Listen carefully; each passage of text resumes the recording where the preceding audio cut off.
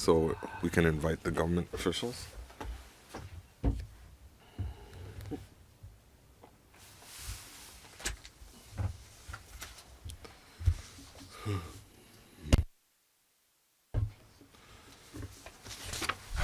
Mr.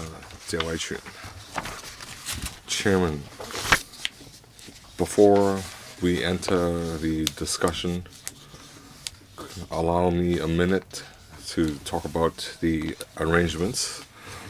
I understand that the government, because of different reasons, can make some deployment or even remove agenda items. Now you are aware, Chairman, that the FC, some relevant items had been reassigned, and FC is now suffering a bottleneck, and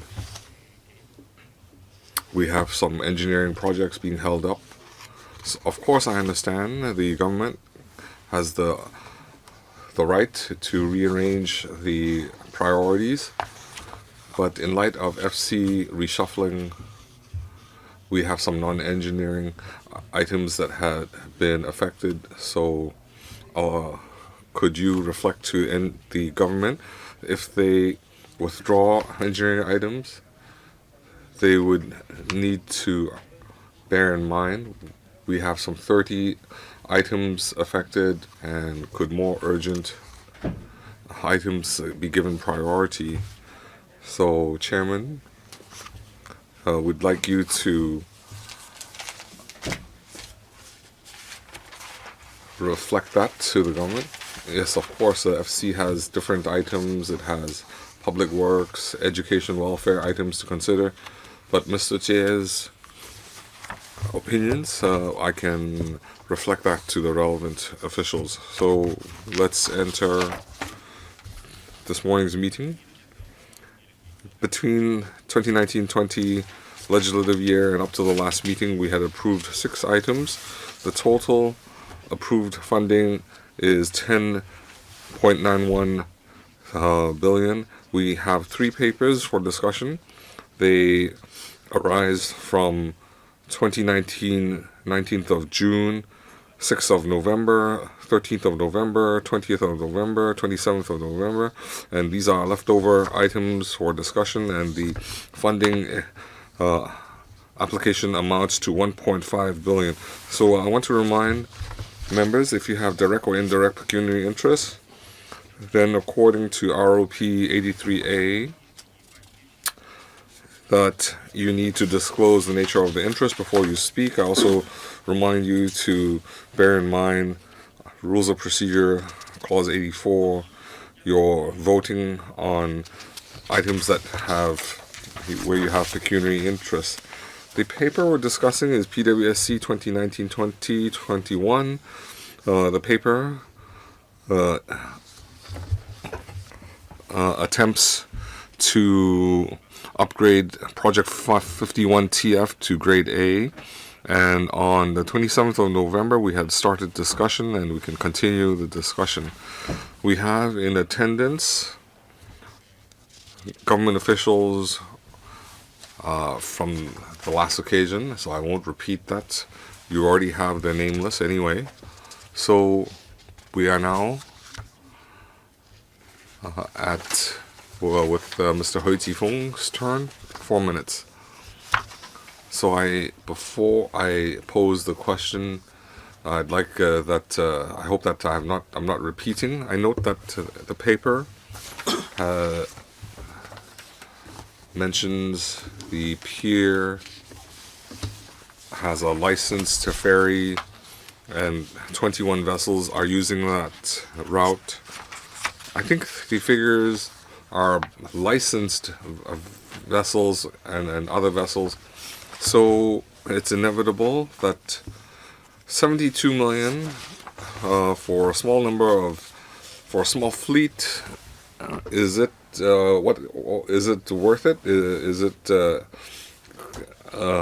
appropriate cost benefit wise?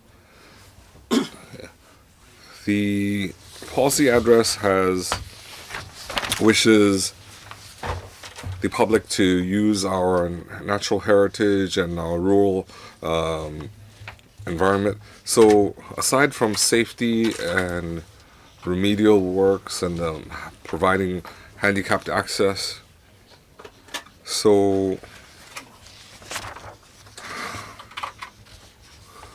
how will the public know that we have rural destinations and heritage items? So in the design and provision of information, have you contacted AFCD and Tourism Bureau such that the general public have an incentive, they are attracted to visit the rural sites and natural heritage, because Lamma Island, it has potential for ecotourism, and in the past we had promoted ecotours. Well, it's a breeding ground for sea tortoises. So do we have sufficient infrastructure? I just want more information on this subject. Thank you, Chairman. As Mr. Hui said, the Lamma Island Pakok Pier is included in the overall Pier Improvement Program. So one of the factors we consider is the usage level, but for rural residents, tourists, service provision is also a consideration, and considering the current safety and so on, all these factors will be considered. Well, we understand that after upgrading the pier, as we mentioned in the last meeting, we want to enhance capacity, and we would like more people to use the facility. So to this end, as we mentioned on the last occasion, we will communicate with the ferry operator to see if they can increase the service frequency. Well, of course, this is related to demand and supply.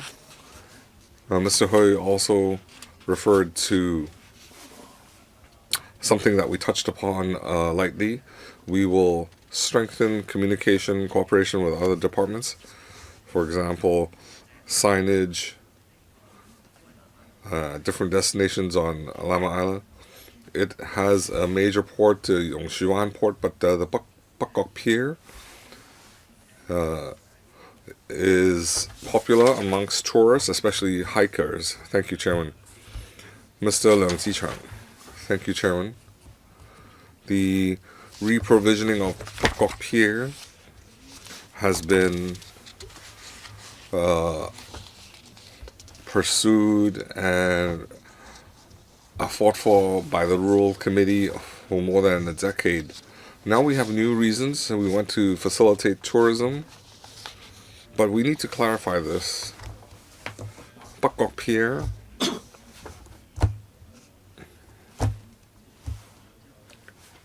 after construction, the usage is not satisfactory. The direction it's facing is quite susceptible to strong waves. Now, I had visited once, and I won't repeat my experience. So I think the reprovisioning is reasonable. It facilitates tourists. They can walk to Yongxuan Pier. There's a lot of vegetation worthy of study. So we need to approve as soon as possible.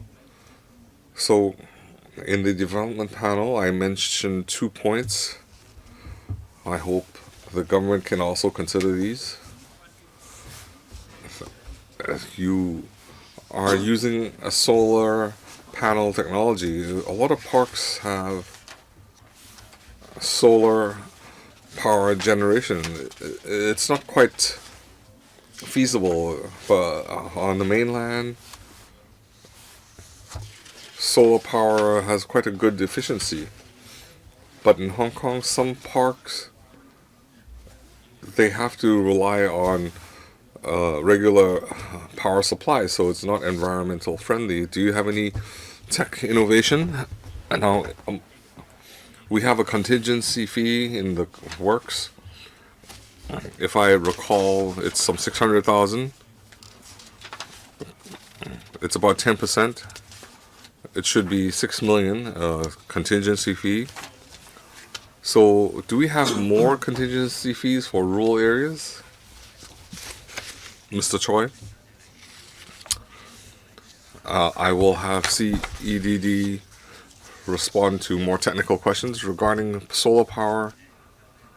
The Pier might be better than parks because it has more daylight, and the solar panels we choose can be cleaned easily, and we will install 18 solar photovoltaic cells.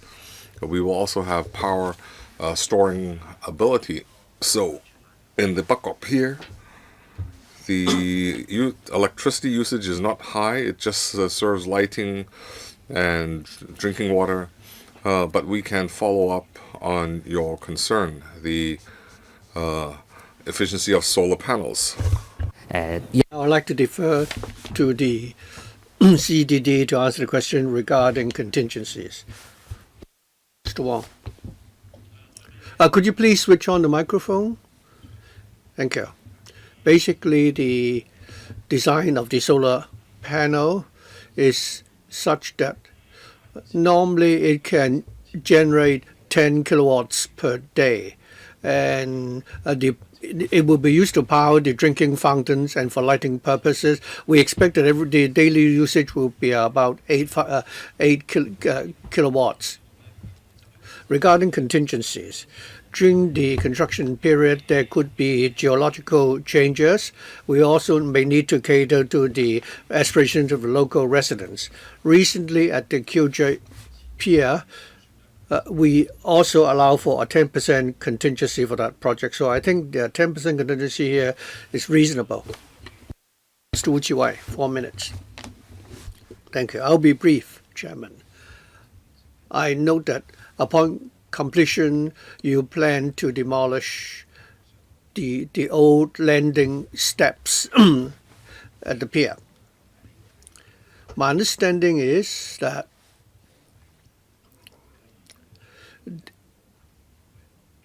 there would be sufficient berthing space at the existing pier.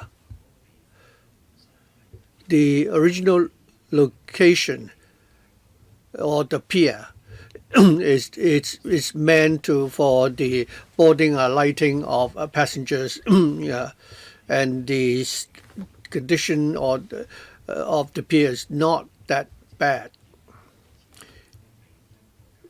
If you continue to allow the kaitos to load and unload, passengers there, will that affect the planning of the entire project? Sometimes in certain piers, when there is, very heavy patronage, then the passengers may have to queue up and wait to board the vessels. So if there's no problem with, boarding and unboarding of passengers, would you consider retaining the landing steps so that the extension where people can board and disembark? I think could you do that? Thank you. If necessary, I'll ask the CEDD to supplement on the technical aspects. Our understanding is that our design is like what Mr. Wu said. After we've built the new pier, the existing landing steps will be demolished, and it will become level ground, and it will be landscaped. We understand Mr. Wu's concern as to whether or not there are benefits in retaining the landing steps, especially when there is not enough capacity. Basically, the new pier will have a greater handling capacity, and there are not that many vessels using the pier. So I think we have already, allow for excess capacity already. Although the water level there is reasonable, but in terms of as far as safety is concerned, we still have some worries. And we're worried that if we, retain the existing landing steps, it might create some confusion. I've actually tried to board a vessel there, and when there are big waves, it's actually a bit dangerous. So we believe that it may not be the best option to retain the landing steps. The new pier that we're now building should have sufficient capacity, even if there are, substantial increase in the number of users. And that is why we are proposing to demolish the existing landing steps in order to prevent accidents from happening. Any further follow-up? Chairman.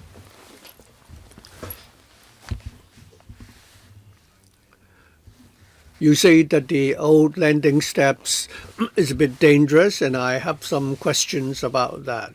My question was that we are already using the landing steps, and many licensed vessels are already using it. And for of course, the water level, of course, is a crucial factor. You understand that the water level is sufficient there. Thirdly, under normal conditions, my question is whether there's a big difference in the project cost for both options, and that and that's the reason why you stick to your present option. If there is another option, why won't you consider that?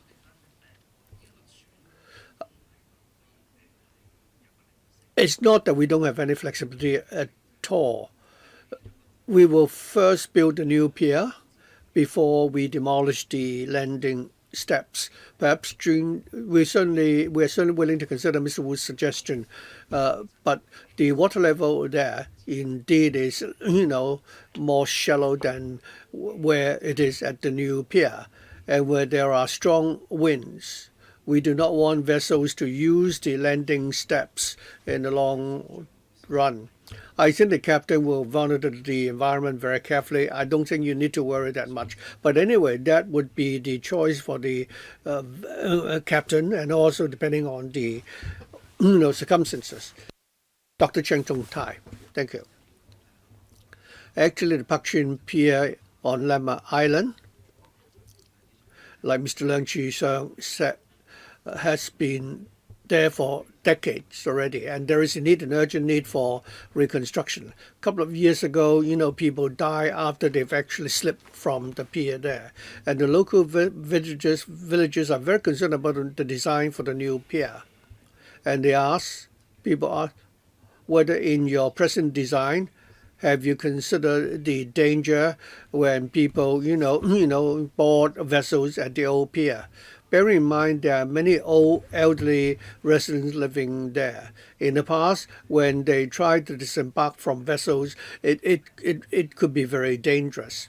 So in your design, how can you ensure that the local resident villagers, especially the elderly, will not actually suffer from any accidents as it had happened previously when they tried to, disembark from the vessels? I think 2 or 3 years ago, I don't remember exactly when, in Shokuwan and Pak Kok Chun, especially so-called Shokuwan, I think the Pak Kok Pier, people may not pay particular attention there, but actually there's a lot of rubbish and debris there in the vicinity.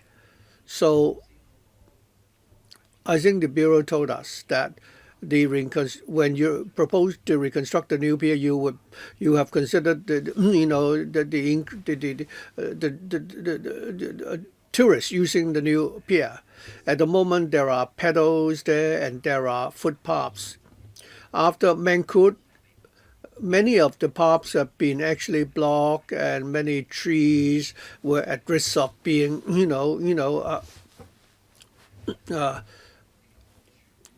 destroyed. So would you, in your design, will you consider the question of safety in the event of another major natural disaster? Finally, at Sokowan, after Mangkut, in the vicinity of the pier, there are facilities which have been severely damaged. So this is a design issue that is, you've not considered, I think, near the shore, you have a low-lying area. Whenever there is a storm, the park there, which is located in a low-lying area, will be flooded and damaged. So the question is whether or not the Pakok Pier may not be exposed to very strong winds. But anyway, in case there's another Mangkut, the situation which happens at Shokawan and Yongshirwan will not happen here at Pakok Chin. Now, we'll certainly talk to the other departments regarding the area in the vicinity of the pier. As for the design of the pier is concerned, I think if members refer to enclosure 3, Mr. Wu and Mr. Chang, I talk about the safety issue because at the moment the vessel will be facing the landing steps there, so the passengers will actually land in a very simple way.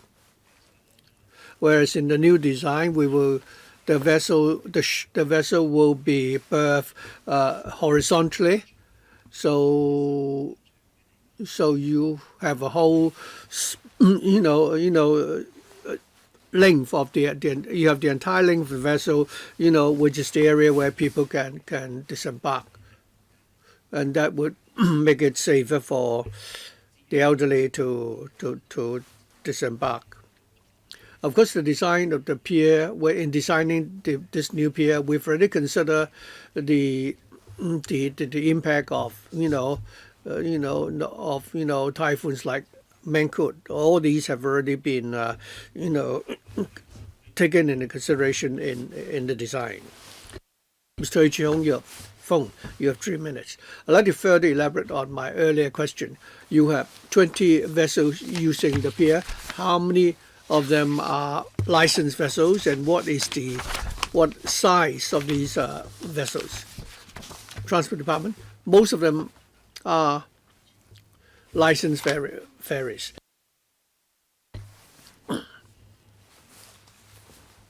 Going back to the background, in your earlier answer, you said that the proposed reconstruction will enable people to actually, go there to enjoy the natural environment and to go hiking there. And you have to bear in mind, the importance of safety. In your paper, and according to what you've told us, you will actually, build a better pier, but there are not many supporting facilities for picnickers. And the public would have the impression that you are building this new pier to serve the local residents. So you have not given us any numbers about the visitors who will come. You talk about 70 million odd people. There are 20 odd vessels. The usage rate is rather small. So if you do not promote other things, is it then that just because you have the pressure, because of the pressure from the local residents, that you are building this new pier, and in the end you won't be able to serve that many people? So could you give us the relevant numbers and tell us your target? You said that you will make some improvements in terms of the service of the licensed carriers, and you want to provide more facilities to attract more visitors to the area, instead of just serving the local residents. Thank you. We are also keen to improve the condition of the pier so that the whole of Hong Kong can benefit. Of course, we need to, serve the local residents, but weekend visitors and tourists, we would also like to cater to the needs. How many villages are there? I'll supplement on that later on. There aren't that many. It's not really a village of indigenous, villagers. You have different people living there. And like Mr. Hui said, there is a hiking trail there going from Yung Shue Wan to Pak Kok Chin. So it's actually like the trail links up the two piers. And actually there's a lot of natural, flora fauna for the tourists to appreciate. So if we were to upgrade the pier, certainly it will be, when completed, it will be attractive, because right now visitors go to Lamma mainly via Yung Shue Wan. If the Pak Kok Pier is rather primitive, not that many people would disembark there. But if the pier were reconstructed, and the Transport Department, I believe, will review the usage rate of the piers. We'll certainly review whether or not there will be an improvement in patronage after we have reconstructed the piers. I think there are about 400 villages there. Chairman, just one more point. Now, so this is your first project. I would like your project to succeed. But I note that you do not just want to reconstruct the pier. You have also taken on board the need for fairness, and that the local residents can use it. So I hope you take on board our views. Well, I think if the infrastructure is well designed, tourists are willing to visit. Dr. Jiang Chongtai. In the October policy address, there was a plan for subsidizing the routes, and there is a route from Aberdeen to Pak Kok Pier. Am I correct? Yes. So in the original planning, it seems that there was no consideration of a subsidy for this route.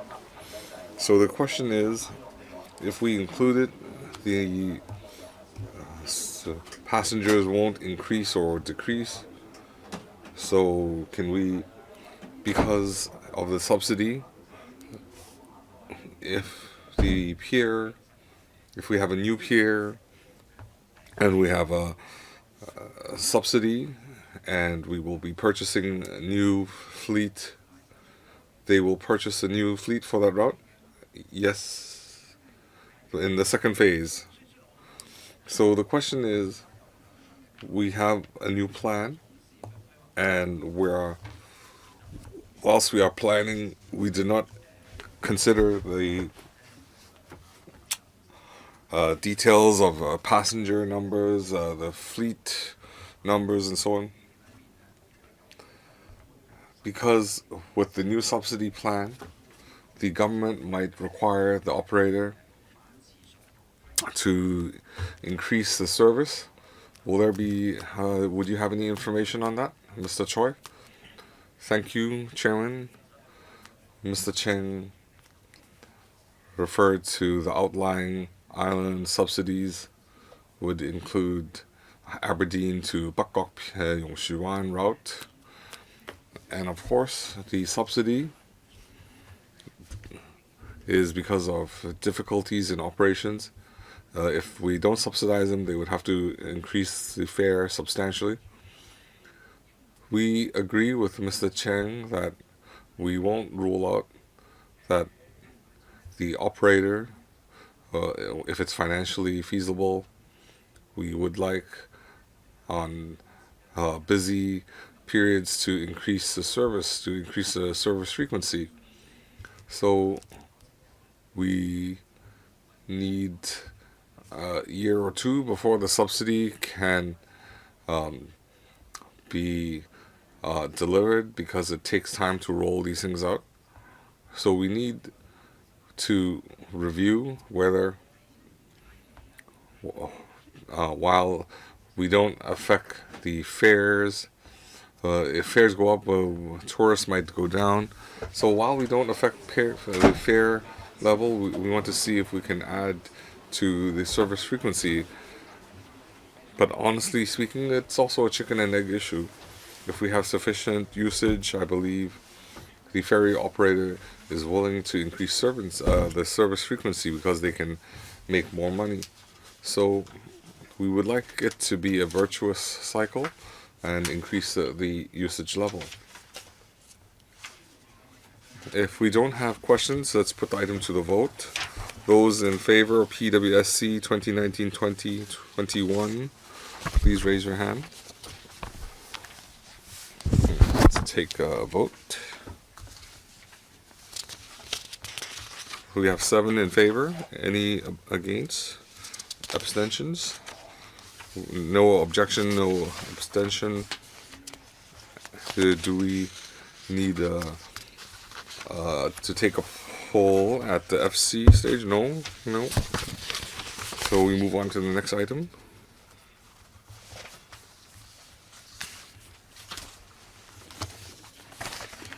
Agenda item number 2, we have 3 community facilities. 58 RG, the Lake King Road District Library Residential Care Home for Elderly, Social Welfare Community Buildings, 196 SC and 441 RO, Hoi Sam Park Extension in Kowloon City. The paper is PWSC 2019-2012. The paper suggests that we take 58 RG, 196 SC, 441 RO, and upgrade it to grade A. And according to MOD prices, the amount will be $617 million, $140 million, and $293 million. So the government, on 29th of April 2019 regarding 58 RG, and on 25th of March 2019 regarding 196 SC, and on 25th of February 2019 regarding 441 RO, had consulted the Home Affairs panel. The committee does not object to submitting this for funding application. The papers are already tabled in front of you. We have 3 items. Therefore, we have different government officials in attendance to answer your questions. So I won't read out the name list, but we have Mr. Tanjikti from Home Affairs Bureau. So let's enter the question period. Gary Fan, Chairman. The funding application deals with 3 projects. I'm concerned about the amenity package for district library and residential care home. So the estimate is some $673 million, and paragraph 10, it says that out of the total sum, $197 million is for residential care home. But I don't see the funding for the library. I just see in paragraph 8, it lists the different, the breakdown for the different works, but it does not give us a breakdown for the RCHE and the library. Now, I'm aware they share the same building, but if you look at the Plan AA, they are on different floor levels and have different GFA. So could the government list the construction fees separately, or perhaps the public library? Is it the could you subtract 673 million, subtract 197 million from 670 million, and that makes and that is the library, or is it a portion of the total fee? Chairman, the construction. It includes a library and RCHE. The library the cost can be broken down. So I'd like ASD, Mr. Chair, to respond. Just now, Mr. Fan is absolutely correct. If we subtract 197 million from 673 million, that is the amount for the library. So I want to know, Saiwan Hall, there is a 24-hour library station. It is also the first, and it's not far from the Lake Ingwan facility. So when the library is in operation, this 24-hour library station will there be some changes? Will it be demolished or relocated? Do we have any plans? Do we know where it will be relocated? We have a self-service library. It's a trial. We have plans for 3. 2 of them are already in operation in Saiwan Hall, and the other one is in Tsim Sha Tsui in the Cultural Center. The third one will be in Sa Tin, Daiwai, and we expect it to commence operation this month. It's a trial. We need some time to gauge the outcome. So there shouldn't be any overlap. When we build the Laking Road library, it will operate 70 hours per week. So the self-service library is 24 hours. So when the library closes down, the self-service library can play a role. Any follow-up? Mr. Vincent Chen? I want to ask the extension work to Hoysam Park. I think it is welcomed by the public. If you look at 2010, there was consultation, and we expect the park to be upgraded. I do have some detailed questions. Well, I heard that first of all, some people say that they want larger trees rather than small shrubs. Second, and near the tennis court, there's a fitness area. A lot of people will be using that area, so can you increase the space so more people can use it? And third, in recent years, whether it's children's facilities or senior facilities, there's a lot of overlap. So if we look at the children's play area, you said you will conduct studies. We will be reprovisioning a lot of parks where we can have a lot of shared facilities. So could you consider that for this project? Another aspect, the Toguan and Hoysam Park is being criticized for the usage of loudspeakers. So will you have measures to deal with noise? Has the situation improved in the last 6 months? First question about greening.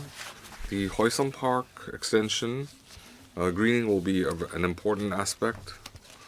We will be planting 102 trees. We also retain 23 trees on site. Whether they can be a larger size, I can discuss with the ASD to see whether it can be accommodated. Regarding the fitness corner, the new fitness corner will be 151 square meters. It's not small. So whether we can make it bigger, we have land constraints and that might not be feasible. Regarding the children's play area, it's about 480 square meters, and we have 10 groups of facilities, and we would like children to have a good time. The LCSD has done a lot of work to make facilities attractive. We had consultant studies. We also held competitions. The winning team, the winning design, is on trial in Chunmun Park. It's very popular. Even on weekdays, we see a lot of parents and children, so we can introduce new ideas into the Hoi Sam Park. Fourth issue about loudspeakers. There's always been a recurrent problem with noise in parks. Once we are aware, the LCSD has different measures. For example, we step up manpower, we step up prosecution, we have rules and regulations. We also have a decibel meter. If the noise is too loud, we can deter the noisemakers. So right now, Hoi Sam Pavilion, where there are a lot of performances, after the extension, it will be relocated to a less populated area, and the nuisance can be reduced. And we also plan on the north side of the pavilion, where we will plant some trees for noise mitigation, and that can help reduce noise. Thank you. Just one simple follow-up. For the children's play facilities, are you going to incorporate the facilities in this location? I'll ask Mrs. Fogg to explain to members our tentative, ideas. Mrs. Fogg, regarding the policy address, it was announced that during the 5-year period, for the 170 odd venues, it will not include this new park. This is a new Capital Works project. We want to have a new venue where we'll provide new recreational facilities. It's outside the scope of what was covered in the policy address. It's a new Capital Works project. As for the new elements, they will also be incorporated in the new project. Before the next member asks his question, I'd like to say that people have been saying that the park, actually, it's at the waterfront. It should be called, Hoi Bin Park rather than Hoi Sam Park. But I remember when I was a child that the area there was indeed an island, in the middle of the harbor, and that's why it's called Hoi Sam, Park. Mr. Wichwai, I have several questions. For these type of parks which are near the waterfront, I think if you're familiar with the area there, it's along To Kwa Wan and along the waterfront there. You may say it's wrong. Many children actually swim there. In the past, it was very popular that we have these, where you have a park and also a swimming, facility there. So now, since the park is located along the waterfront and the water quality is protected by the relevant ordinance, and you've also done a lot to intercept the sewage flowing into the harbor, I'm sure the water quality will gradually improve. So could we provide for a sort of a facility there where people can swim there, so that people will not just go there for passive activities, they can also enjoy the waterfront.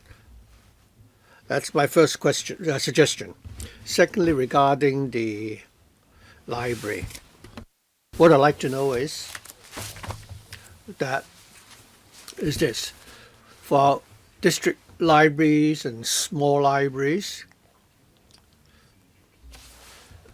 In terms of the staff establishment and the recurrent expenditures, could you give us, the relevant numbers or figures? And secondly, according to Hong Kong planning standards and guidelines, we need to build district. There are standards, defining regarding the building of a district library. So as for the building of small libraries, have you also incorporated that into your study so that there will also be planning standards and guidelines for these small libraries? Very often in small communities, people have to rely on the mobile library vans.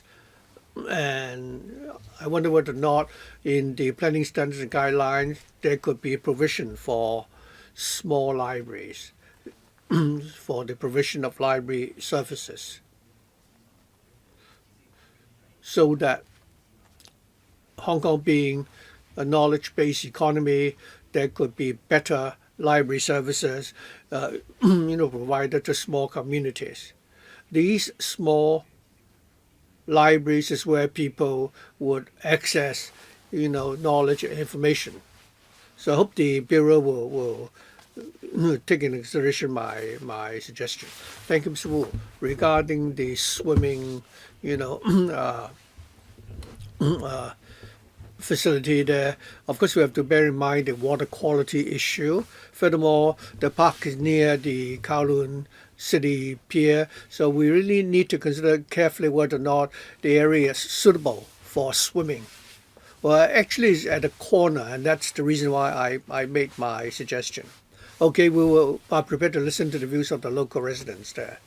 Regarding libraries, we have 70 libraries. Every year our recurrent expenditures amounts to $1.3 billion. As to whether or not we could, have, how regarding the distribution of district libraries and small libraries in different districts, I'll ask Mr. Lau to elaborate. Mr. Lau, or Miss Lau, rather.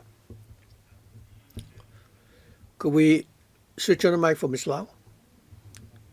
To answer Mr. Wu's question, for every district library, I think the manpower provision is different from the small libraries. For the district library in question, there are 22 staff, and for small libraries, there will be 8 staff.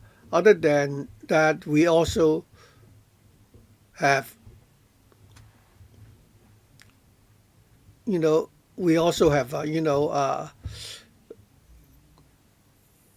contractors providing, manpower as well. Now, there are planning standards for libraries, but we'll look at the population changes in each district. For new developed areas, we will look at the population growth and whether or not there are any facilities in its vicinity. We will adopt a flexible approach to considering whether or not we will set up a small library.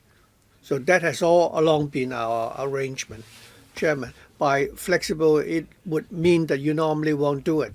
When we have the 4 levels of councils, any community with 30,000 people will be a small library. But now you are providing simply mobile, libraries instead. So I'd like to ask the Bureau whether or not you will incorporate the provision of small libraries into the planning standards and guidelines and conduct a review in this regard. Chairman, from time to time we will review our guidelines for the provision of libraries. We're happy to consider whether or not we need to amend the guidelines bearing in mind the latest development. Have you considered that in the latest guidelines? I'll ask the LCST to answer that question. Again, Ms. Lau would answer the question. I think the exercise is ongoing. This year, there are several districts where we will consider providing small libraries. In March this year, we went to the Yau Chim Mong District Council at the Hoi Ming Road, a complex building. We will consider building a small library there. and the Tung Chung West in Sports Stadium, we are also planning to provide small libraries there. So the exercise is ongoing. Next, Holden Chow, 4 minutes. Thank you. I have a question regarding the community hall in Cheung Chau. I think this has been, the Cheung Chau residents have been looking forward to this for a long time. I hope that this can be built as soon as possible. When you went to the Home Affairs panel, I raised the same question, which I'd like to follow up today. First of all, in the community hall, if I look at the plan and the 3D,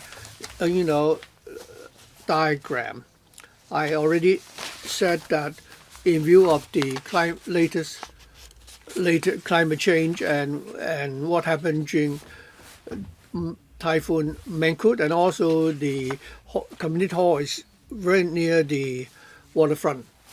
So I wonder whether you would still consider using, a glass curtain walls. I asked the same question last time, and today I'd like to ask whether or not you would use, glass curtain walls in your design, or would you not do that in order to avoid the severe damage that would be caused by, severe storms like Mangkhut. And in Cheung Chau, there is already, an inquiry center in Cheung Chau already, but it's located along a side street. After you build the community hall and the new Home Affairs Inquiry Center, the existing inquiry center will be decommissioned. Is that right? Thirdly, I note that for this community hall, you've reserved space for a roof garden. So on top of this roof garden, will there be lawn and benches there? In the past, we've seen some senior citizens who really would, many of the exercise, machines in the fitness area are very popular among the elderly. So I wonder whether or not at this roof garden, if there are space available, could you also install these, fitness machines to benefit the elderly? Thank you. Under Secretary. Thank you. Regarding glass walls or curtain walls, I think the present design is a very good one. To the north of the community hall, that is the side facing the sea, the glass, wall is detachable and it could be open.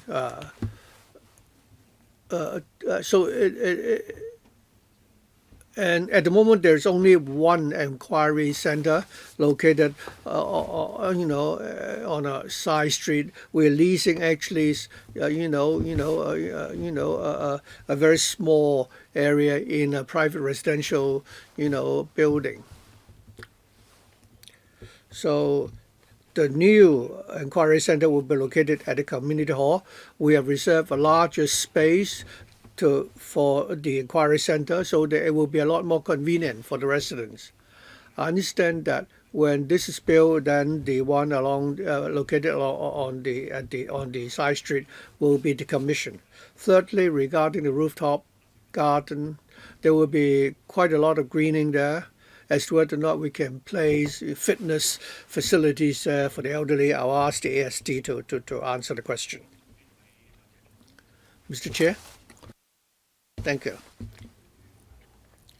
Regarding the design of the glass curtain wall, I'd like to thank Mr. Chow for raising the same point at the last meeting. I'd like to reiterate that the bottom 3 meters of the curtain wall, in front of it, we've actually erected a barrier in order that it can withstand, the impact of the storm or the waves. At the other entrances, we've also taken that consideration that in case of severe heavy storm, there will be actually barriers to stop the area from being flooded. there is a lawn or at the rooftop, but we do not plan to place any fitness machines or facilities there. But actually, there's a major park, behind the center, that hall, and there are already fitness, facilities there. Mr. Eddie Chu.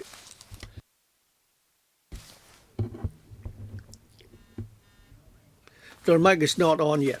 Okay, thank you. I have 3 questions. First of all, I note that the joint use complex at Lake King Road, the site has 2,700 square meters, and the plot ratio, it's 4.5 times. So I'd like to ask, how did you decide on this plot ratio? Is it determined in the outline zoning plan, or was it an internal decision of the department? And secondly, I don't quite understand this. For joint user complex like this one, today we see different departments, and the undersecretary, of course, represents the lead department. Now, for such joint user complex, which department or bureau is playing the leading role? Is there a dedicated arrangement, or is it the case that it depends on which department actually manages most of the facilities, and then that department will play the leading role? And also, for the construction of such joint user complexes, does the government have a timetable for itself?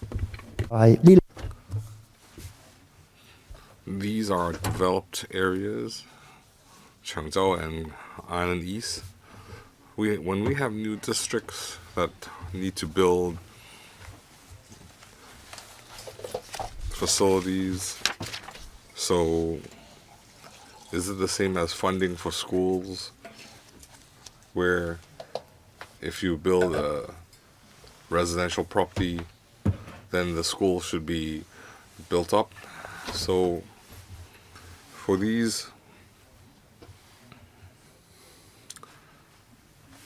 joint complexes, will they be available at the same time as residential buildings are?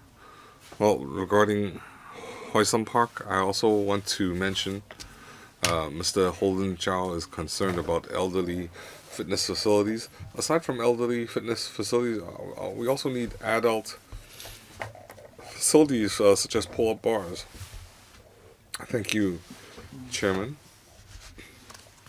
I'd like ASD to talk about the plot ratio issue, and LCSD can also talk about the fitness facilities. Regarding the building complex, our building is a library and an RCHE. This is in line with the SAR government policy for multiple use. So we would take facilities and include them. Now, who will be leading the project? Mr. Eddie Chu is correct. It depends on the user. They need to cooperate, and on this occasion, we have LCSD library and welfare. Social welfare department has a RCHE. So the two departments will be cooperating. Now, it's mostly a library, so LCSD has to shoulder the major role. So different projects will be led by different teams. The answer, the questions. The development parameters for Lake King Road were drafted by the planning department. The plot ratio is about 4, and the height is 6 stories. Those were provided by the planning department, and we had fully deployed the building potential. And facilities question regarding the Second project, Mr. Eddie Chu raised this suggestion. The Hoi Sum Park extension, we have, when we choose fitness facilities, we will include pull-up bars for young adults. Next, Mr. Aulakim, I want to ask about the building of the library in Laking Road. Thank you for responding to the 2 letters. I think you need to deal with the parking space because you are now using a temporary car park to build the complex. And you're saying that there are other temporary parking lots. There's space for 400 private vehicles and 25 light goods vehicles. But the temporary car parks are some distance away from the complex, and these are also temporary car parks. That means in the future you might use it for other development. So if you say there are 400 parking spaces, and then if you develop the other areas, well, I suggest the government needs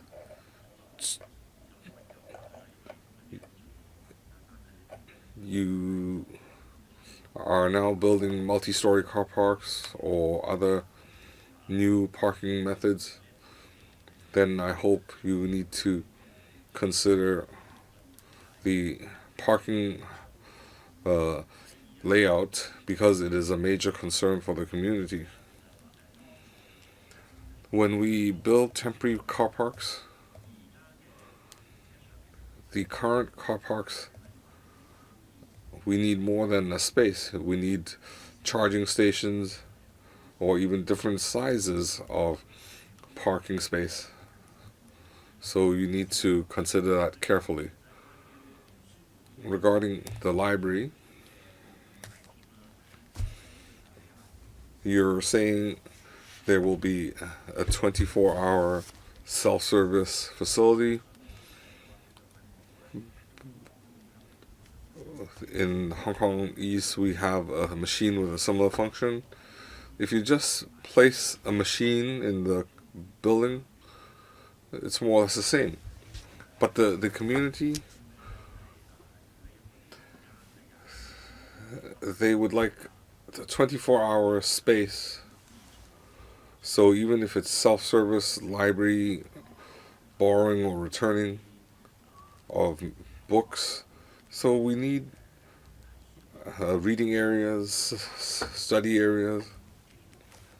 So, for example, student study rooms, all we have are just tables and chairs. You have some closed circuit TVs. Have you considered this? Thank you.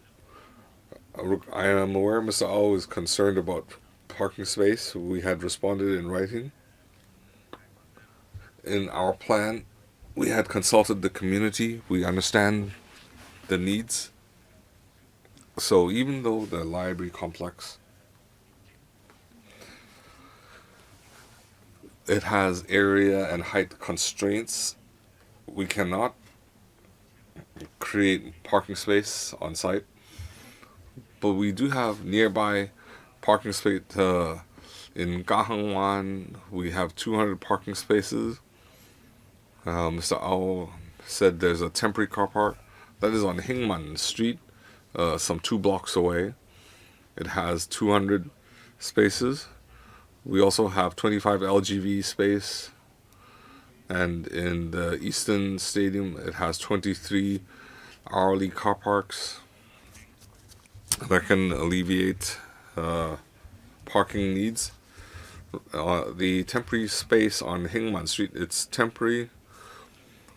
If necessary, we can maintain its status. Regarding charging stations, we have 3 birthing space. We don't have charging facilities, but we have set aside electricity capacity, and we can install these if necessary. But we need parking space. So we have 3 birthing areas for the RCHE to transport the elderly. The 24-hour library, the usage is quite good. In the eastern area, we have a 24-hour library station, and its usage is 6,000 per month. There are reservations and borrowing and returning of material. Ms. Chanoyan.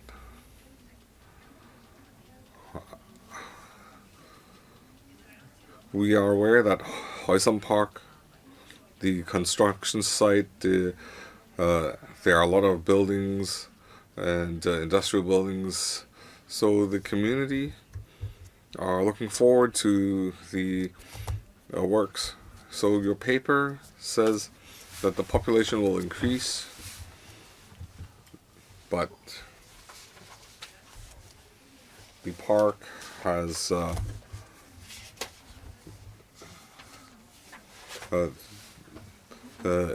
they don't allow bicycles. So for a young family, I can tell you, if the children on 4-wheel bikes are not allowed, but there are a lot of new buildings and a lot of young families. So even grandparents are not allowed to bring their grandchildren on tricycles. So after the park is being upgraded, have you considered allowing a more diverse usage? So Chitgong Gai is along a promenade. So the bicycles are one issue.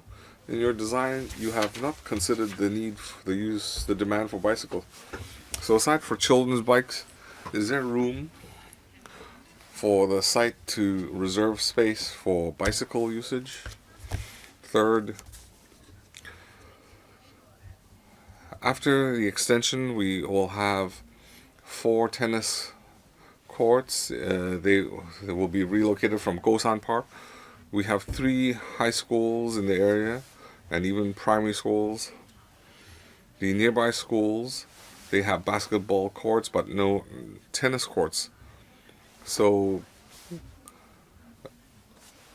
the 4 tennis courts, can you reserve some time slots for schools to have priority booking or even free use? Thank you for the question. Can we have bicycle-friendly measures? LCSD can answer that. Regarding the bicycle path, we have considered this. In Kai Tak, we do have bicycle facilities. In Kai Tak Park, there will be a 13-kilometer bicycle trail. Currently, in Hoysam Park, it might be difficult to build a bicycle trail. So after it is built, could we allow children on bikes? On the LCSD can deal with that flexibly. Now, the tennis court booking, could we allow preferential treatment for schools? LCSD can respond. Thank you, Chairman. Regarding bicycles, the tricycles, children on tricycles, as long as they don't bump into people, we allow that. But for larger bicycles of a higher speed, because of safety concerns, we don't allow that. But in Collins City, in Kai Tak, we have a 13-kilometer CEDD has further plans. We have set aside space for bicycles. Regarding the tennis courts, when according to our appointment system, they have preferential treatment for booking facilities. So if they need to practice, they have a priority. I have tried to bring children into LCSD parks, and as you said, they don't allow larger bikes, and there's a signage that bans tricycles. So I think LCSD needs to standardize its approach. Now, if you are asking me to take the children to Kai Tak, how can grandparents take them? They need to understand the community's needs. Mr. Chan Ji-chun. Thank you, Chairman.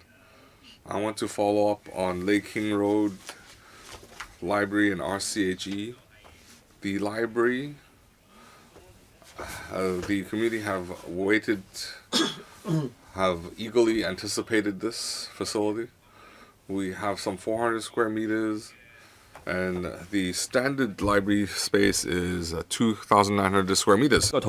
For the library in question, they will have 3,000 square meters. I understand that in many other districts, they are looking forward to have their own district libraries. Is it the case that in future, for small libraries with a size of 400 square meters, they will not be able to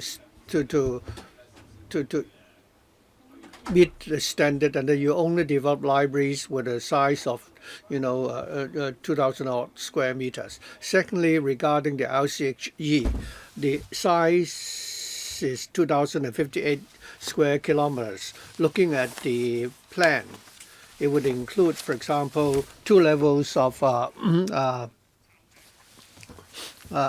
boarding area, restaurants, activity areas, and office. So could you tell us, for the bedroom area, the office, and so on, what is the ratio?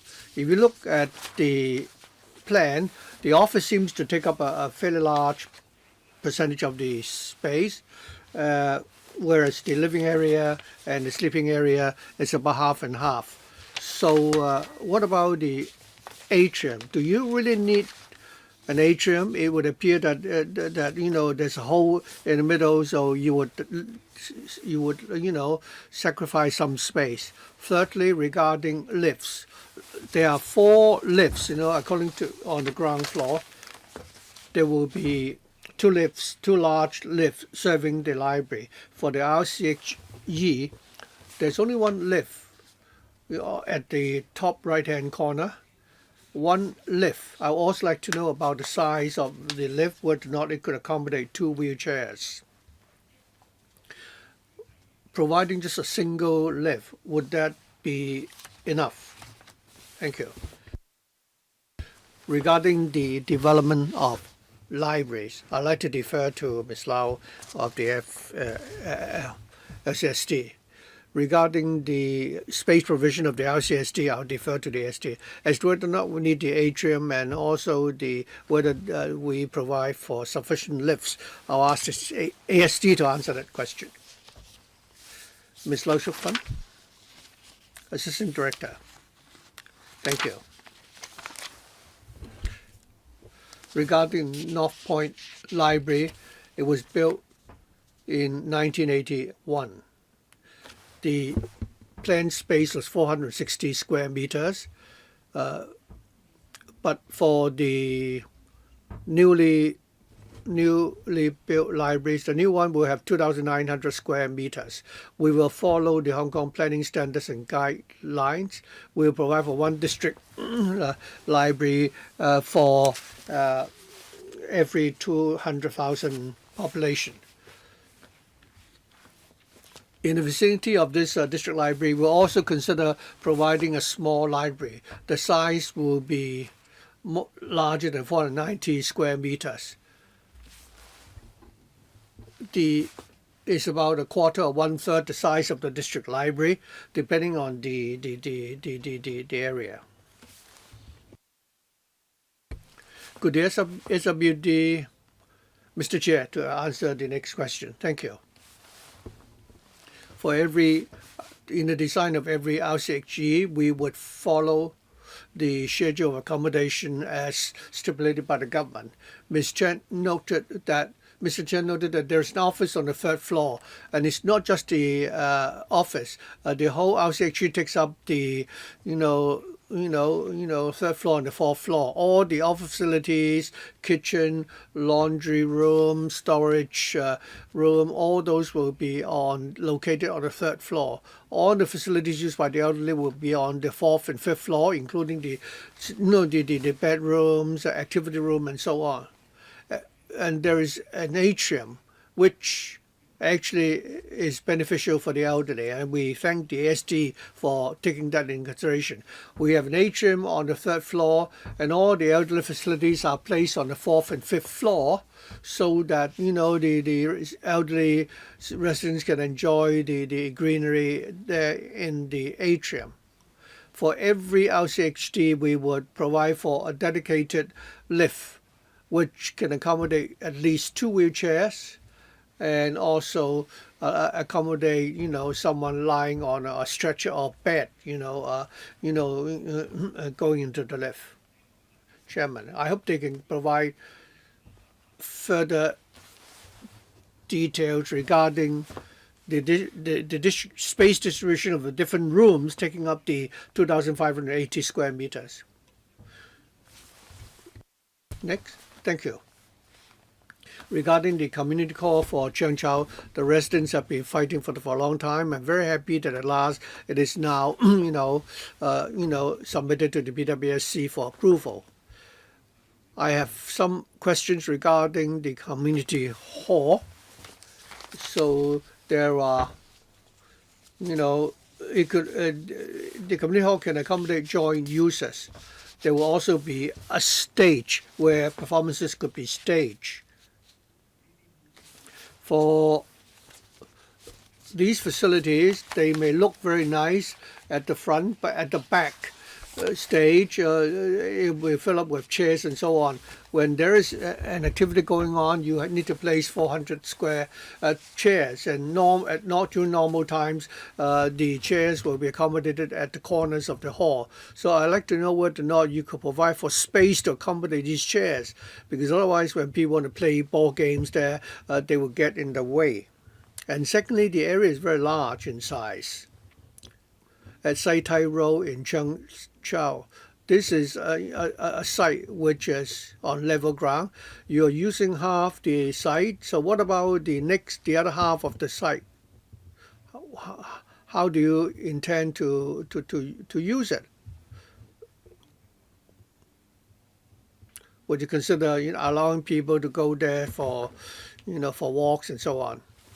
And looking at the section plan for Annex 2, I note that the first floor and the roof, most of the space are used as the transformer room. So you have a community hall, an activity room, conference room, meeting room, and a consultation room. The rest of the space is taken up by the transformer room. I wonder whether or not you need that much space for the transformer room. You just need to accommodate the chillers and the transformers. What else? Could we use some of the space instead, so that in case of fire and typhoon, it could be a temporary shelter? In the past, in the cases that we've handled, when these places have to be turned into shelters, very often facilities like mattresses and so on will need to be transported to the venue. In the case of Cheung Chau, they would need to be brought in by ferries. So I wonder whether or not you could provide space to store these facilities when people need to, need shelter from, extreme heat or cold or typhoon. The facilities will be there so that they don't need to be brought in from another district. Do you have room to do that? Thank you. Mr. Chan. Let me ask the question regarding the land use issue at Sai Tai Road. In our plan, we hope to use part of the area to build the community hall. For the remaining portion, it will be a lawn. Our preliminary plan is for the residents to use that site to play gate ball and also to have picnics there. We are very confident that the site will be put to good use. As for the shelter, I think the community hall will also be a place, a shelter for people to protect people from the cold or heat, as well as a shelter from the storm. I understand that all community halls used as such shelters, there will be room to accommodate their own pillows and mattresses, and there is no need to bring these, materials from another district. That's why we are reserving that much space for the transformer room. And whether there is space to accommodate chairs and so on, I'll ask the AST to answer the question. Mr. Chair, thank you. To answer Mr. Chan's question regarding the folding chairs. We've learned from past experience and already taken this into consideration. If you look at, enclosure 3, you'll find that underneath the stage there is space to accommodate these folding chairs. In Annex 2 to Enclosure 2 in the plan there, you'll find that there is a room. There is actually a storage room which will provide space to store the folding chairs and other miscellaneous items. So the planning department has already given us the parameters. So the height should be 12 meters. And the plot ratio is 1.8 times. In the facilities provided in the current design has already fully used the space allowed given the plot ratio. Why do you need 2 levels of transformer rooms? I think in Annex 3 for Enclosure 2, the transformer rooms seem to have taken up a lot of space. I think here we have tried our best to use the space at the ground floor and the first floor to place facilities which are accessible to the public. And that's why we placed the transformer room on the first floor and the rooftop. So it's basically because we want to, reserve the space on the ground floor and the first floor and make them accessible to the public. Mr. Jeremy Tam. I think the chairman allowed more than 6 minutes for our colleagues just now. Okay, well, I'll compliment you on that, actually. Regarding the point raised by Ms. Chen Hoi Yen. Now, for children who are not, riding on bicycle, but they're using these I wonder whether or not you've considered whether it is now very popular for children, to play with these, balance wheels. And many people are actually, playing with this. Going back to the children's playground, next to it there is a main pavilion. Next to it is the lawn. In the plan, I see that it is a lawn. Now, I wonder whether you can allow people to play the balancing wheels there. All you need is a piece of concrete floor, and if the LCS is willing, then they can also build some fences there. You have a pavilion there. The parents can sit there and watch the children play with the balancing wheel. That will be really nice. Could you do that? Thank you, Mr. Tam. I've heard members, suggestions. Ms. Chen and Mr. Tam raised the point about children playing bicycles there. We'll certainly go back and consider that. Mr. Tam asked whether or not the lawn near the pavilion could be used to allow children to ride bicycles or balancing wheels there. Near Chaping River in Kowloon East, I made the same point many times, and I was told that the space is too restrictive. But this is a very big, large park, so if you could do it, I hope you will, accept my suggestion. So if you have a bit of, a larger space, you can allow children to play balancing wheels there, and next to it, there's a playground. So it's very reasonable. So how can you provide them for a space to play there, rather than children, riding randomly around the park there? And secondly, at the moment you don't allow pets into the area. Regarding the question of pet garden, we've already considered that at the planning stage. We've consulted the local residents and the district council, and they told us that for the Hoi Som Park now and in future, it's not suitable to be used as a pet garden. So we respect the views of the local residents. In Kowloon City, we do have facilities catering to animals, including the Kowloon Chai Park, Hong Ling Road, and the runway park, and so on. So there is no shortage of such facilities. But for the Hoi Som Park, the local residents have told us, that they don't want pets there. I understand.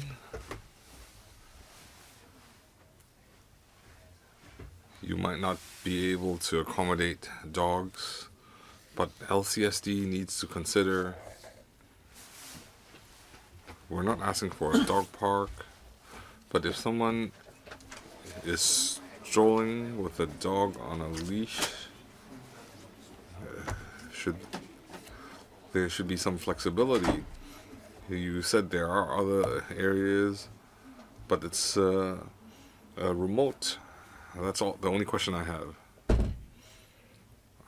I'll have LCSD. Could we have a pet channel? In the extension of Hoi Som Park, we had consulted the district council. The LCSD understands the public would like to use the park with their pets, so we have a pilot plan in Kai Tak. If the community feels that Hoi Som Park and is worthy, and we can consult the district district council, because in Kowloon City we are already promoting a pilot program, and if the community approves, we are open-minded. Mr. Alvin Young, regarding the Saiwan Hall complex, I have some technical questions. In Annex 7, in the 4th and 5th floor, that is the RCHE, there are 108 bed spaces. The layout plan only indicates one barrier-free access elevator. But so many elderly people that need care, there's only one barrier-free access. My question is that sufficient? Just now, Mr. Jie answered Chan Ji-chun's answer, so Mr. Jie Ji-chun's, Han Ji-chun's question. Mr. Chair, just now, social welfare had answered as well. Providing one elevator, this elevator can accommodate 2 wheelchairs. So these are planning standards. I'm not sure if social welfare can supplement. I can say, as I said just now, all the elderly areas are concentrated on the 4th and 5th floor, so they don't need to use the 3rd floor. So the elevator is for visitors, or if the elderly need to leave the RCHE, they can use the elevator. And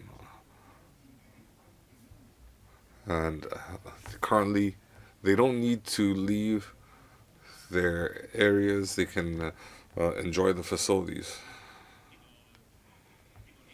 So this elevator, it won't stop on the 2nd floor.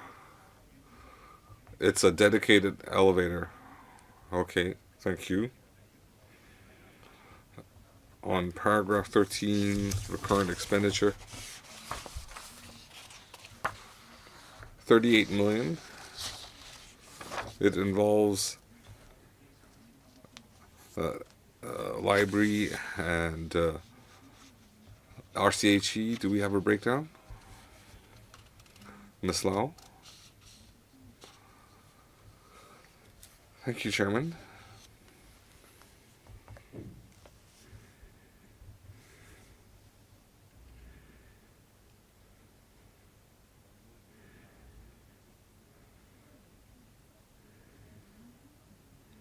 Every year, the recurrent expenditure is 38 million. It involves the works, some co-location facilities, maintenance. It's about 13 million. The remainder is for the library and social welfare department recurrent expenditure. So it's these 2 areas. Just now the government mentioned there is a shared space, and the recurrent expenditure is 13 million. So after you do that, it's 25 million. So 25 million, where will that be spent? You mentioned that the library is the majority of it spent on the library and so on. Yes. Let me supplement. The shared space is the whole project, that is the library and the RCHE. The repair and maintenance is 13 million. The remainder, the library expenditure, is about 21 million. So the remainder is mostly for the library because RCHE is operated by the NGO. Okay. Mr. Junius Ho, I want to follow up on the Hoi Sum Park. I agree with Mr. Jeremy Tam. We need to consider a dog park. There are changes to family structures. A lot of families have pets now. So the location of the park is on Solon Street. There's a pedestrian walkway to the promenade, to the red area. There's a piece of open space. Could that be converted into a dog park? Since you're spending 200 million, it's just on the study. We haven't funded the project, so the design can be improved. Previously, you said you consulted the City District Council. Well, the district councils have a new composition, so we have a lot of new members who are more forward-thinking and have lifestyle aspirations, so they would probably have an opinion on this. So if you have people taking their pets for a stroll and allowing the pets to relieve themselves. I think that would be in everybody's interest. So, Mr. Ho, are you suggesting that? Let me, Chairman. They have an Annex 2. Let's take a look at Annex 2. I was referring to this diagram. We don't need to include the fitness part, the fitness corner, the children's play area. There's a tennis court, so we can access it through Jitgong Street. There's a long footpath all the way to the promenade, and there's a square box. It's a grassland. So instead of just leaving it there, why don't they make it multi-purpose, allow pets in that area? That's very clear. We heard that suggestion, and we can handle it flexibly. As I said just now, Kowloon City does have pet parks, and dog lovers have their suitable areas for their pets. Well, having the facility doesn't mean it's sufficient. There are some 500,000 pets, so when we building the Hoysam Park, we need to be inclusive. So I think the design, I'm not sure, ASD, have they considered this? But because of the mandate, it was not included in the mandate. But I'm saying my suggestion is down to earth. It's feasible, practicable. It is a good area, so you shouldn't just pay lip service and say, we'll think about it. It's a very clear suggestion. We will follow up. The Hoysam Park extension, it will be quite large. If we can satisfy the different legislators' suggestions, it is worthy of your consideration.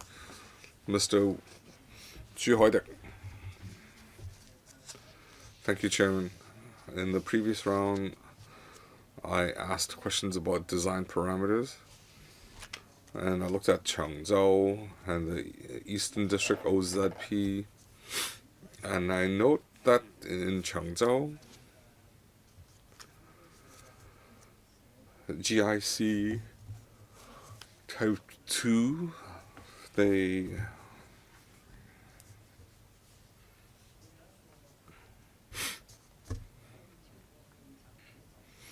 have a height restriction of 4 stories or 12 meters, and I note that this building exceeds 12 stories. So it's 4 stories or 12 meters. So having one of them, will that fulfill the OZP requirement? And on Lei King Road, there's a similar issue. The OZP says 6 stories or less, and I see the layout diagrams in the annexes. It seems more than 6 stories. Could you explain how do you meet the OZP requirements? Thank you, Chairman. Regarding the design, I'd like ASD to respond. Mr. Jie, thank you. Just now, Mr. Eddie Ju mentioned 12 meters and 4 stories. Both parameters have to be met in Changzhou. We have used the 12 meter and 1.8 of plot ratio to the maximum. But it looks like 15, 16 meters. The planning department, they calculate the main roof. There might be elevator equipment, but if you look at the layout, we have used 12 meters. Okay. So is it the same for Lei King Road? How do they calculate the 6 stories? you have to count to the maximum of the RCHE, and what is above the RCHE is not calculated. So we have equipment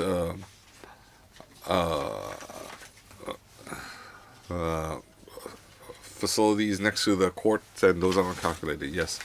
Well, I understand from Cheongzhou, some residents has instructed me to ask. They don't have funeral facilities, and it's conducted in open air. And now there is a community hall. I know it's not designed for funeral services, but can we have some wake ceremonies in Cheongzhou? Thank you, Mr. Chu. I understand Cheongzhou residents, they have some special funeral needs, so I'd like my colleague to respond. Thank you, Chairman. Mr. Lei Bing White. Currently in Cheongzhou, residents, there's an open space 15 minutes from the pier where they conduct funeral services. That we have been asked whether it's feasible to have another area for these services. There is no consensus view because it will create some nuisance to nearby residents. If normal gatherings, the non-profit organizations can apply to use the hall for some gatherings, but if they require funeral or wake ceremonies, that cannot be held there. Mr. Uchiwai, 3 minutes. I have several questions. We heard, well, just now I made a point about the, planning standard guidelines, including the use of libraries and the swimming, structure. I hope that when you go to the FC for funding approval, you will give us an answer and explain why you're able to entertain my request or otherwise, and explain why you can't do it. And secondly, regarding the planning standards and guidelines, Ms. Lau told us that there are different types of libraries already in service. That wasn't my question. I asked whether or not this could be incorporated into the latest Hong Kong planning standard guidelines. The government is saying that for different facilities in Hong Kong, the government is going to review the planning standards and guidelines. So that's the answer I want. And secondly, I note that for this library, there is a self-study room, and the patronage would tend to fluctuate with the seasons. I wonder if not in the design of the self-study room, you would allow for some flexibility so that during the peak season, during the slack season, you can reduce the size of the room so that the space could be used as activity rooms and so on instead. If that's the case, then we can actually have more optimal use of the study room so that during this, so that they could be put to optimal use both during the peak and off season. And finally, this district library will replace the North Point Public Library. Does it mean that the North Point Library will continue to accommodate the small library? And secondly, I'd like to know how many such substandard, so-called substandard district libraries are there, the size of which is just the same as a small library. Under Secretary, thank you. Regarding the swimming facility and the planning standards and guidelines, we'll be happy to provide answers in writing to Mr. Wu's question after the meeting. As for the study room, whether we could use it more flexibly, that's a very good suggestion. In designing a new library, we've already allowed for a lot of flexibility. I'll ask the LCSD to see whether or not they have anything further to supplement. Let me ask one more question. According to the paper, you are going to use RFID technology to improve the library service. Do you have plans to adopt the same technology for all the libraries? If so, please give us the details. Regarding the RFID technology, we'd like to thank the FC for approving, $870 million funding for us to develop smart libraries so that we can really enhance our service standards, including the use of RFID technology. The new, district library will also be using this technology to save on manpower. Do you have anything else to supplement on the earlier question, Ms. Lau? Assistant Director, or Mr. Lau, or Mr. Chair. Thank you, Mr. Wu, for your suggestion. In our design, the study room and the newspaper and periodicals reading room, you seem to see a line there representing a wall, but actually there's a door there, and one could actually open the door, and if the LCSD thinks that it's possible, actually the space of the two rooms could be, could be linked. Ms. Chen Hoi Yan. Or Ms. Lau would also like to supplement. Yes. Just one point. In the study room, Mr. Wu asked, well, actually we already have a flexible design. During the non-peak season, when there are no exams, we can have flexible partitions to allow for more spaces to be made available. Ms. Chen Hoi Yan. Regarding the extension of the Hoi Sum Garden or Park, I understand that in the vicinity there are many new developments to be completed. The area is very densely populated. The residents really are looking forward to the extension. If you look at the size of the site, the extended area is even larger than the original park. Before work began on the site, it was used as a temporary car park. The residents are looking forward to the park, and something that they find a nuisance. To be a nuisance is the shortage of car parks. So my question is that before the extension work begins, have you considered using the underground space at the site? The government have been saying that you should, have multiple use for the same site.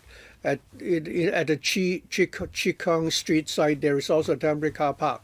But with the extension, the original temporary car park will be gone. And this will result in a reduction in the provision of car parks in the area. So before you start the work on this site, have you considered whether you can put the space underground to develop them into car parks? And secondly, let's follow up on the question of children riding bicycles in the park. What about adults riding on bicycles? You say that there is already at the Kai Tak Park a cycle track. I'd just like to make a suggestion. I don't think the cycling track should not just serve one particular district. It should be linked up with the neighboring area. If the track is truncated, then it will only be confined for the use of people in a particular district. I hope the government will talk to the other bureaus and make sure that that's not the case. Thank you, Ms. Chan. Right now, there are two car parks operating on short-term tenancies, and we'll use part of that for the remaining portion. I understand they will remain as temporary car parks. As to whether we can use the underground space, I'd like to ask Mr. Chair to answer the question. Regarding the question about bicycles, I think Ms. Chen has made her point, and we'll consider that. Thank you. Regarding land use and whether we can build an underground car park, we have actually looked into that with the TD. If I may refer you to Annex 2 to Enclosure 3, if you look at the plan there, you'll find that at the underground level there are many, pipes and ducts and other facilities. So using the underground space to build a car park there would face many constraints. So technically speaking, we do not recommend building an underground car park at a site near the waterfront. I have received from Mr. Jonas Ho a motion moved by Mr. Jonas Ho pursuant to ROP 32A. So, and I also propose that we extend our meeting to 10:45. Eddie Chu, 2 minutes. Thank you. I'd like to follow up on the question relating to Cheung Chau. I'd like to ask Mr. Lee, District Officer for the Island District. GIC 2 is for the building of the community hall. For the GIC Site 4, have you decided on how it will be used? You talk about the funeral, service facilities, and you say the residents don't have a consensus. Now, does the government have some choice, some site in mind already to provide for the service? Mr. Lee. Thank you, Mr. G, for your question. Regarding the adjacent site, the LCSD is planning to use it to re-provision the gateball, pitch occupied by President Lee at a site which would be used to build a community hall. At the moment, we do not have any plan yet to build any, funeral, service facilities. For GIC 4, reprovisioning of the gateball, pitch. In the OCP, you plan to build erect a structure no taller than 2 floors or stories. Does it mean that you're not going to, you will not be having any construction, projects there? Thank you. The planning for the adjacent site, it's a reserve site for which we do not have any capital works project plan for it for the long term. Before we have any long-term plan for the site, we propose to use it to reprovision the gateball pitch. If there are no further questions, I'd like to deal with the motion moved by Mr. Jonas Ho pursuant to 32A of our ROP. 32A, Mr. Jonas Ho, regarding the extension of the Hoi Sum Park, he has a suggestion regarding, the provision of a pet garden. Chairman, you don't need me to read it out. Chairman, do you mind? If you don't mind, I can read out my motion. The panel urges the HAB in respect of PWSC, the PWSC 2019-2023 in respect of the extension of the Hoi Sum Park in Kowloon City to actively consider providing for a pet garden. The ideal location is at the location at the junction of Shong On Street, Yok Yat Street, and Chik Hon Street, at the interchange there, at the entrance near the lawn along the waterfront, converting that area into a pet activity area or a pet garden. Right. I think we can do it by a show of hands if we don't need to ring the division bell. So do members agree that we should deal with the motion moved by Mr. Jonas Ho pursuant to 32A? Those in favor? Those in favor of dealing with the motion. Those against? None. No abstention either. And we don't have a quorum. We're short 3 members. So actually we have a quorum. 3 members have indicated the support. So in that case, we will now deal with the motion. So do members support the motion moved by Mr. Jonas Ho? Those in favor? We have 4 members in favor. Right. Objections? None. Abstention? None. So the motion moved by Mr. Jun So is now passed. If there are no further questions, we'll put the item to the vote. All those in favor of this this item, that is in respect of the 3 district facilities, and this is PWSC record 2019-2012. Those in favor, please raise your hands. We're looking at 3 facilities in total.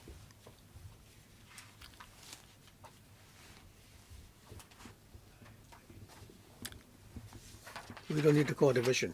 6 in favor. Those against? Abstention? None. So the paper is now approved. So we will submit this paper to the FC for deliberation in January. Does any member wish to call for a division when this is discussed by the FC? Ms. Mo would like to call for the item to be voted separately at the FC meeting. So we're not going to start deliberation on any new item. Our next meeting is scheduled for next Wednesday, the 11th of December at 8:30. So I'd like to remind members to attend the meeting punctually. Thank you.